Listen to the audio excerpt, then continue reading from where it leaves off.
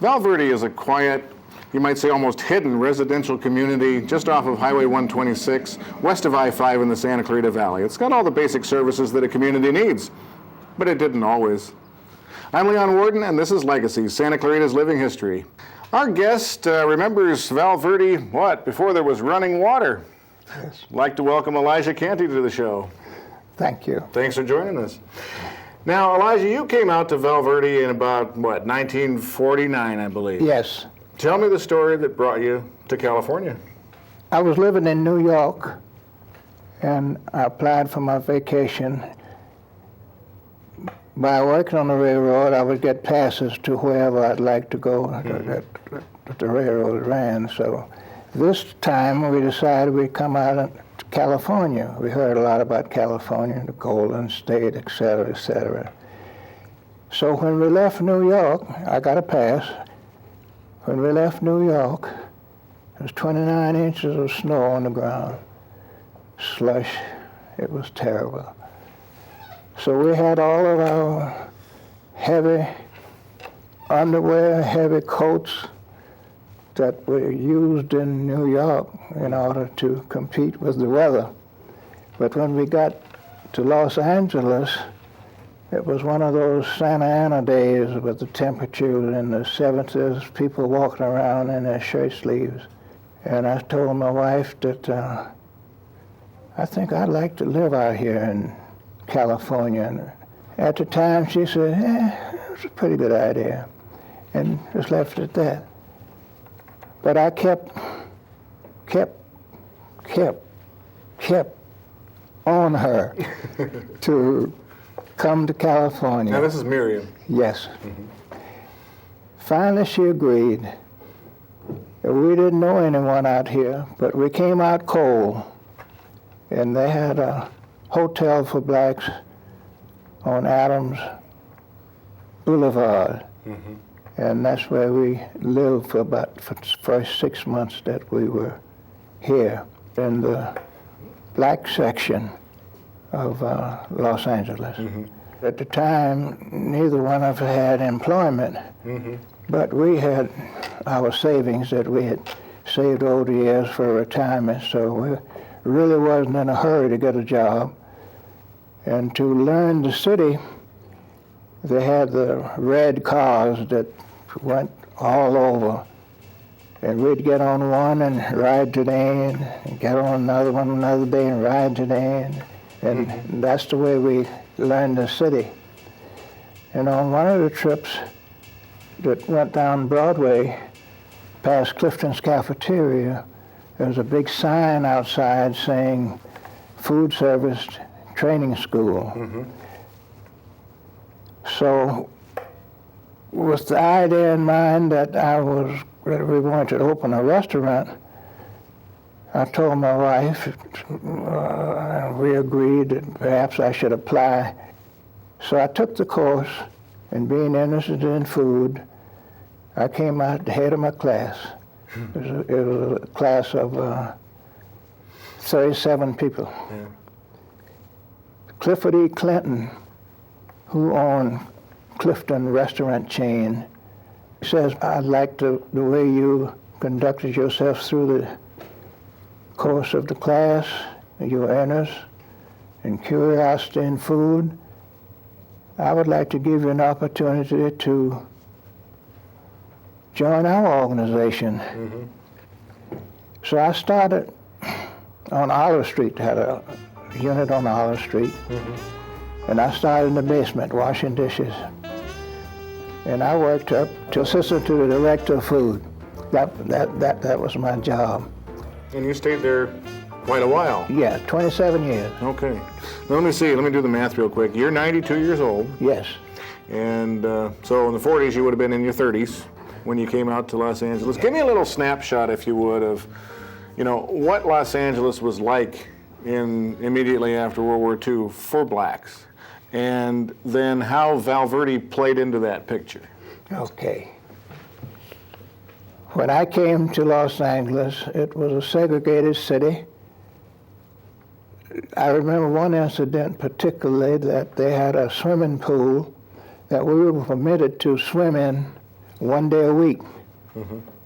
And when we finished the day swimming, they would drain the pool and wash it and put fresh water in it.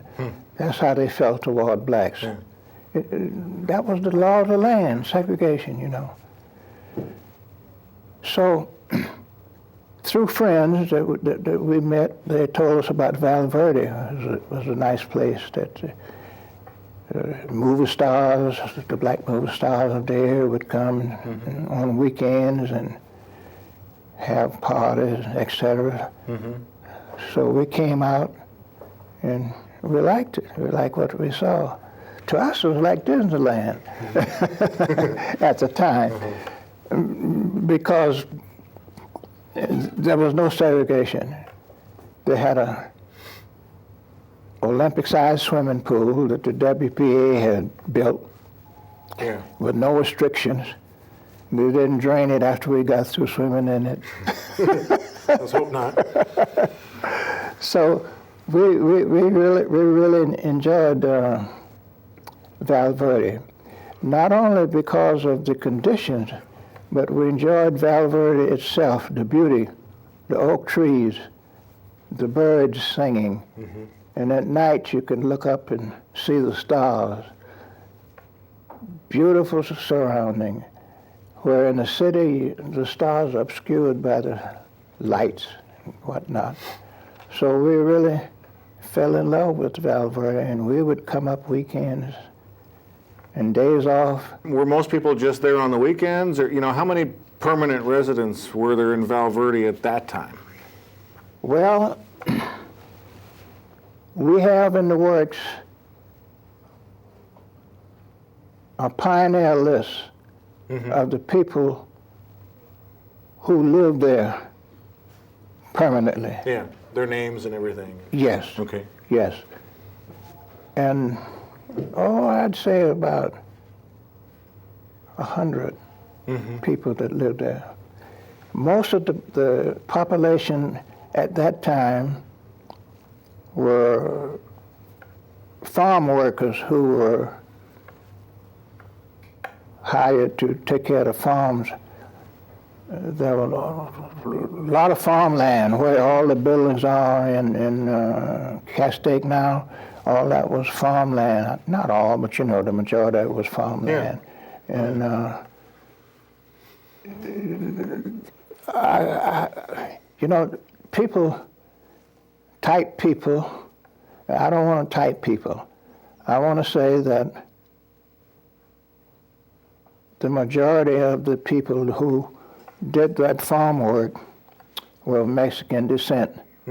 And they were the one who had shacks, literally shacks, lean-tos, etc., in Val Verde. In the 1950s, Val Verde was not under any government control per se. If you wanted to build something, you build it. There's no inspector. County didn't have very hard and fast rules then. No. It was just a kind of forgotten segment, forgotten area that was self-governed, and that's the way it was. Was there a neighborhood council or some kind of formal something or other? Oh yes, we had our local government, so to speak, and it worked very well for us, because being a small community, everybody knew everybody, so to speak, and if a stranger came in, he'd be observed.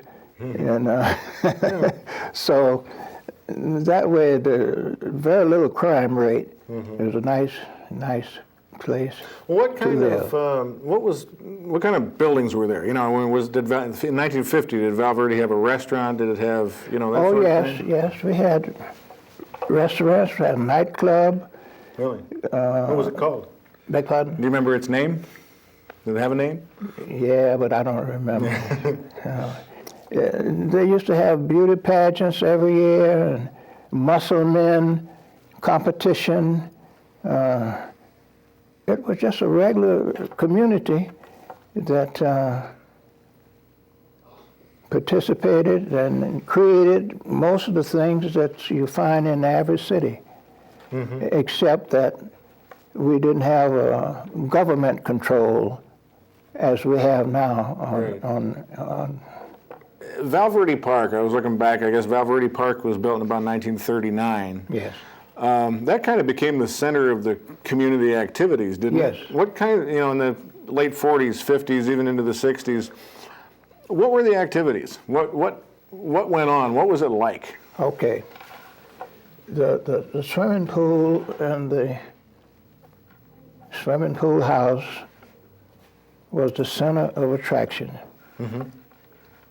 All of the events were held there at the swimming pool because that was the largest building and the permanent building of the community. Right. With a few alterations and improvements, is basically the same building it was then, and which is still the center of activities in Val Verde. With the Boys and Girls Club and everything Yes, there. yes. But now I know the Miss Val Verde beauty pageants, they went on even into like the 1960s Yes. and 70s. But Yes. 4th of July was a big time in Yes. Val Verde, wasn't it? Yes. What do you remember about that? We were patriotic, like the average citizens, and we had parades.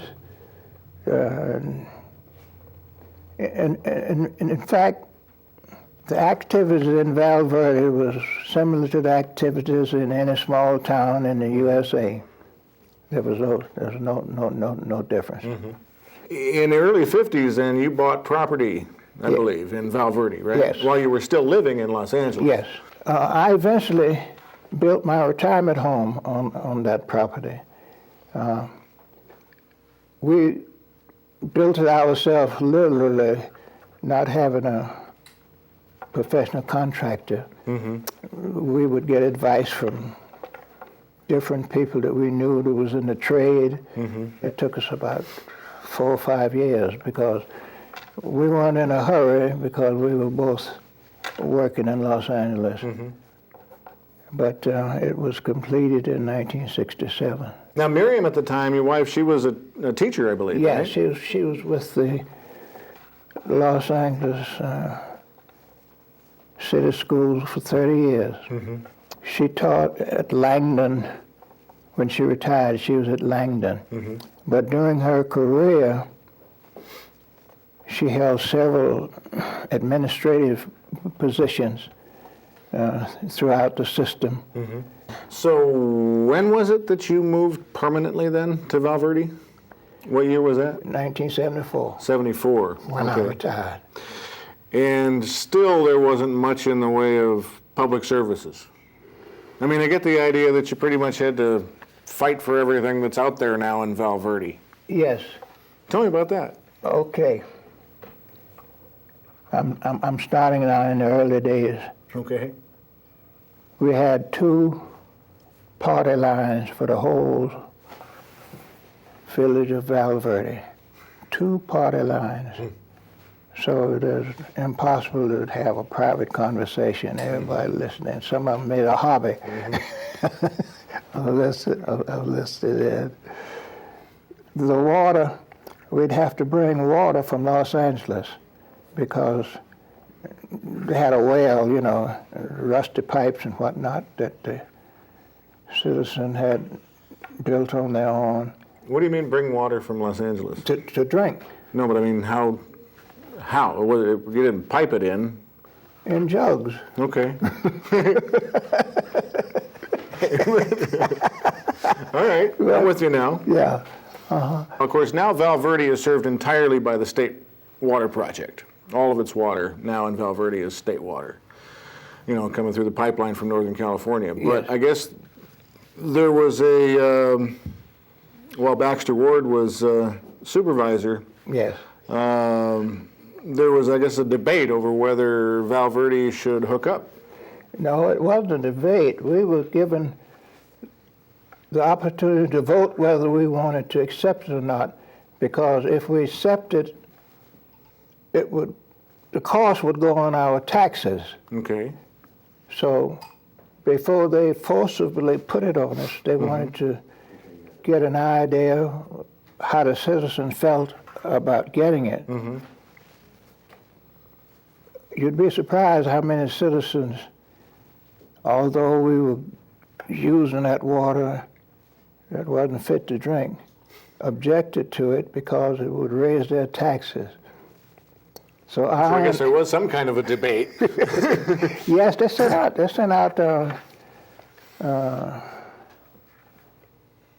postcards to vote on, and you'd mail them back in. Yeah. And myself and a lot of other people went around the community trying to convince the people to sign yes. Okay. And so you were in favor of state water? yes, yes. As you go into Val Verde today, most of the infrastructure that's in existence, we had to fight for it, literally fight for it. Street lightings, we got a light at a time. Fight for it at the county board of supervisors? Yes. Yeah. We had dirt streets. And the way we fought for pavement, you took out a permit. Finally, I guess in 55 and 60, the county began to recognize us and put restrictions on buildings and whatnot, restriction on lots. Zoning codes. Yes, kind of thing. yes. So if you applied for a building permit and you was on a dirt street, they wouldn't grant it. Okay. Because they said the fire equipment, if a rain come, they may bog down and whatnot. They had to be on a paved street. So that's how we got involved in fighting for paved streets. And bit by bit, the people who wanted to develop homes paid for the pavement. Yes, yes. And that's the way it got started. Now, you and Miriam were involved in a whole lot of things out in Val Verde. I mean, I know that you guys helped form the Sam Dixon Health Clinic, and you were both on the appointed by, I guess, either one or two supervisors to work on the Santa Clarita Valley general plan and that sort of thing. Yes. Tell me about some of the things that you were involved with, and about some of the people who you were also involved with. Anne Darcy was my mentor, my role model, my teacher, everything. She introduced me to the community. She introduced Miriam and I to the different organizations.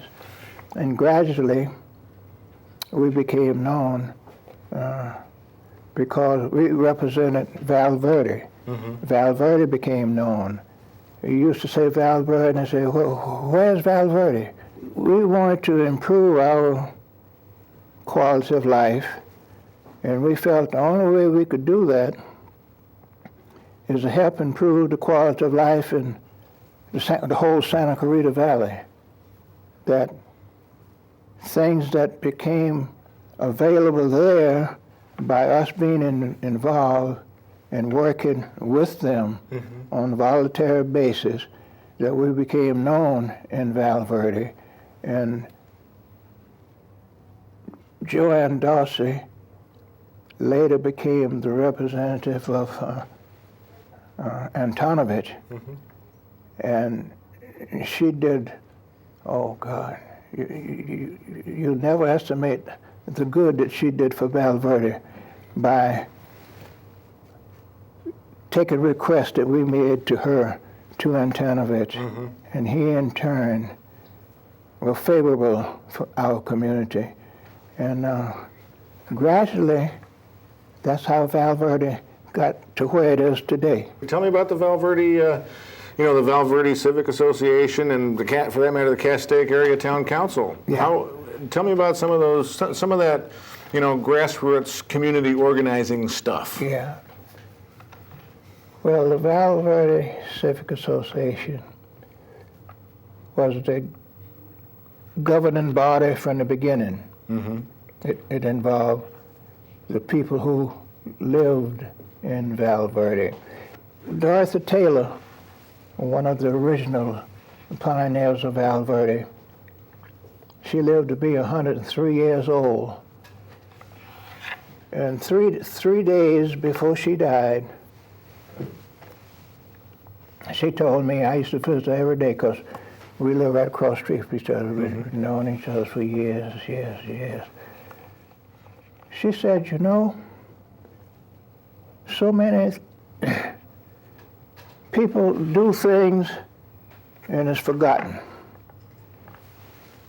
She said, I want you to do something for me. I said, fine, what? She says, between you and I, we know the original people who participated in the development of Val Verde. Mm-hmm. You see, we had a senior citizen club, and that was the governing body, so to speak, the Chamber of Commerce, so to speak, but that group was the group that made the glue that held Val Verde together and helped Val Verde to develop. And she says, I don't think that those people should be forgotten. Mm-hmm. It's a funny thing, you know, as life goes on, you just take everything for granted and you don't feel as what you do is important. You know, you just do it and you enjoy doing it and that's that.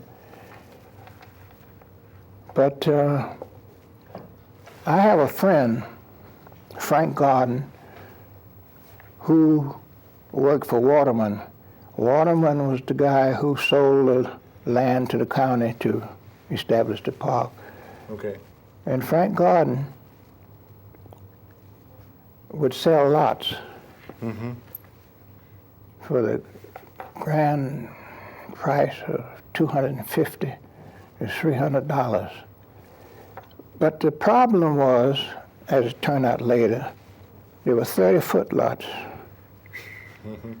30 foot by 100. Mm-hmm. So in order to build a house, you almost had to buy two. Mm-hmm. But the ownership of the lots was scattered all over the United States. You know, people would come in like by and they'd buy a lot, not thinking about the future, that what they could do with 30 feet, you know, but mm-hmm. I own a lot in Val Verde, so that was the incentive. So Frank Garden is a photographer, and he has the history of Val Verde. He was a class behind me at Tuskegee University when we went to school there. Uh-huh. So I've known. Did you serve in the military? Beg pardon? Did you serve in the military? Yes. What did you do? That's a story by itself. Name, rank, serial number. You know the basics. Okay, basically, quickly. When they examine you for your IQ, mm-hmm. when you first joined, yeah. Okay, they didn't have computers like they have now.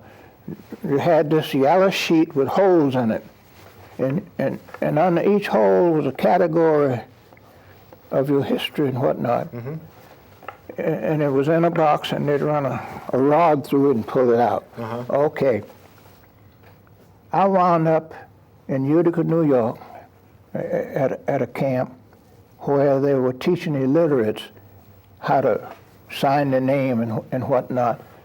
So I asked the lieutenant, why was I here? Mm-hmm. So he asked for my record and looked at it, and he said, well, I'll ask the same question. He said, but I can't ship you out until the next group mm-hmm. go out. Mm-hmm. He said, in the meantime, would you mind working in the classroom, correcting papers? I said, sure.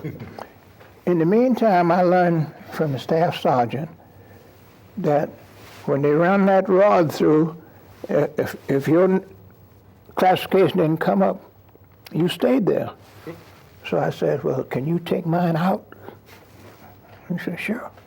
He took it out. I mean, I don't know whether that's a crime or what, but anyway, that's what happened. So when the next group went out, my name wasn't on it, and God, millions of people, nobody remember me as an individual, you know, I was just another soldier there. But I became ill and with a skin infection, and I was discharged with an honorable discharge after being in the Army for 4 months. And to be eligible for service, you had to be in the Army 3 months. So I got all the honors and whatnot as being a discharged soldier. Yeah. Was that during World War II or before, or what? When was that? About what? That was in 1941, and I was discharged on December the 7th, 1942. That's an interesting anniversary. I won't forget that date. You know, we're going to have to wrap this up. I just want to know if there's anything that you want to be sure to talk about that we haven't already talked about, particularly has to do with Val Verde. Well, Val Verde is a beautiful community, and I'd like to be a salesman to invite people to come and live in Val Verde. It's a beautiful place. It's law-abiding. Crime is minimal. We have a lot to do, a lot of infrastructure to put in, but I would invite young people who are adventurous and want a beautiful place to live to come to Val Verde. Well, I know that a lot of the reason that it is what you just said is because of you and a couple other people like you who've put their heart and soul into the community. And so I want to, thank you, acknowledge you for that, and thank you for coming on the show. I'm Leon Warden, and this is Legacy, Santa Clarita's Living History. We'll catch you next time.